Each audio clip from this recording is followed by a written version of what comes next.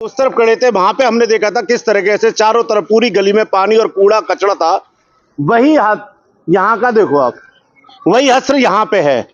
आप किसी भी गली में जाएंगे आपको हस्र यही मिलेगा। मैं आपसे कहूंगा एक बार इधर भी दिखा दीजिए। अरे यार, लोगों के जाने आने के लिए रास्ते नहीं है। मैं आपको दिखाना चाहूंगा, ये बताओ ना, इस घर परिवार से लोग कैसे निकलेंगे यहाँ से? तो बच्चों को, बड़ों को, सबको परेशानी है यहाँ पे। ये कूड़े के अंबार में रह रहे हैं। ये लोग सब एक कूड़े के ढेर पे रह रहे हैं, बीमारियों से जूझ रहे हैं और सरकार सो रही है। जब रोता है तो माँ कहती है इसको दूध पिलाना है। तो जब तक हम आवाज नहीं उठाएंगे तब तक कुछ नहीं होगा। तो आप जब आवाज उठाएंगे, हम आपकी आवाज उठाएंगे तो प्रशासन जागेगा भी, लोगों को पता चलेगा। अब आप ये बताइए ना कि अगर हम ये नहीं दिखाते हैं, लोगों को नहीं बताते हैं, तो वो तो कहेंगे ना सब कुछ अच्छा है, हमारे यहाँ पे सब कुछ अच्छा है। तो जब आप लोगों को हम दिखाएंगे कि यहाँ पे हम इनसे बात करके आए हैं, ये लोग हैं, इनके फोटो हैं, ये वीडियो है, तो उन लोगों को जागृत होंगे। क्या नाम है आपका? देवी नाम है मेरा। बीबी जी, आप कहाँ, कब से रह रही हैं यहाँ पे? 2015 से। 2015 से। गंद बहुत है इधर। यहाँ पे सफाई की व्यवस्था कुछ भी नहीं है। यहाँ पे पानी की सप्लाई कुछ भी नहीं है जी, सब बाहर से पानी सब बाहर से खरीद के पीते हैं। बाहर से खरीद के पीते हैं। ये कितने बड़े शर्म की बात है कि दिल्ली जैसे देश की राजधानी है, वहाँ के हालात ये है कि यहाँ पे लोग खरीद के पानी पी रहे हैं। सफाई कराने के लिए लोग प्राइवेट लोगों को पकड़ के पैसे दे के लोग साफ करा रहे हैं। यहाँ पे आता है ना, किसी सरकारी विभाग से कोई आता है। सारा नरक का नरक बना हुआ है। हेमंत जी, ये बताइए, यहाँ पे जब इलेक्शन होता होगा तो लोग तो आते होंगे ना वोट मांगने के लिए? वोट मांगने के लिए सब आते हैं, उसके बाद कोई नहीं दिखता सर। उसके बाद कोई नहीं दिखता है? नहीं, बहुत कंप्लेंटें जा चुकी हैं। कंप्लेंटें जाती हैं तो कोई 2-4 बंदे दे देते हैं, साफ सफाई हो जाती है, फिर 2 दिन बाद वही ऐसा हाल हो जाता है। अच्छा, आपका कहना है कि यहाँ पे जब हम शिकायत करते हैं लोगों से, जब मान लो जब आप प्रशासन से शिकायत करते हो एमसीडी में जाके या एमएलए के पास जाके, एमपी जाके, तो 2-4 दिन के लिए काम हो जाता है। हाँ, 2-3 दिन के लिए, 4 दिन के लिए, और उसके बाद फिर हाल वही हाल हो जाता है सर। यहाँ पे नालियों का रास्ता बिल्कुल ब्लॉक है सर। मैं सबसे ज्यादा सीवर लाइन ब्लॉक है। अच्छा, ना पानी का कोई टैंकर नहीं आता यहाँ पे? ना कोई पानी की सप्लाई है सर। यहाँ पे पूरे अपने इतनी बड़ी आबादी में वाटर, गवर्नमेंट की वाटर सप्लाई नहीं है सर। हम आज भी हमारे लोग राजधानी के अंदर मूलभूत जो सुविधाएं हैं उसकी लड़ाई लड़ रहे हैं।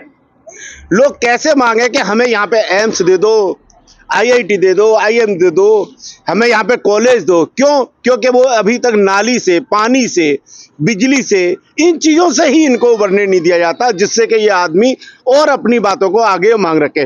रोड की हालत देखो आप किस तरीके से है, गलियों के हालात देखो, नालियों के हालात देखो, पार्कों के हालात देखो। यह सुविधा के नाम पे कोई चीज नहीं है। मैं, क्या नाम मतलब आपने? हेमंत गुप्ता जी जो कहना चाह रहे हैं कि यहाँ पे हम लोग नर्क भोग रहे हैं, यही कहना चाह रहे हैं आप? और इनको हमेशा इलेक्शन के समय इनको आश्वासन मिलते हैं और उसके बाद यहाँ पर कोई नहीं आता है। ये बच्चे बता देंगे सर, कितने साल से बच्चे रह रहे हैं, इनका क्या हुआ? बेटा, यहाँ पे कभी गाड़ी वाड़ी आती है कूड़े की? कभी भी कुछ नहीं आता। कूड़े की गाड़ी तो आती है लेकिन डेली आती है। अच्छा, कूड़े गाड़ी आती है और कुछ नहीं है। बाकी कोई झाड़ू वाड़ू लगाने कोई नहीं आता? अंकल कोई भी नहीं आता। साफ करने कोई नहीं आता? नहीं अंकल, कोई भी नहीं आता। ऐसे ही रहता है ये। और बारिश के समय तो ये सारे सीवर खुल के यहाँ आ जाते हैं, पूरा भर जाता है ये सारा। अच्छा, ये कौन सी सन में आए थे आपके यहाँ पे? मैं सर 2014 में आया था। आप 14 में आए थे, यानी कि आप लोगों को 12 साल हो गए। इसी मत में खाली करके अपने रोहिणी की शिफ्ट हो गई। एक ही बार बनाता था और लिखा पोती हुई थी और कुछ नहीं था। ये छोटे छोटे बच्चे हैं, ये सब पढ़ने वाले बच्चे हैं, ट्यूशन पढ़ के आ रहे हैं। बराबर में यहाँ डीएसआई डीसी, यहाँ पॉल्यूशन भी होता है। ये बच्चे कैसे अपने आप को सांस ले रहे हैं?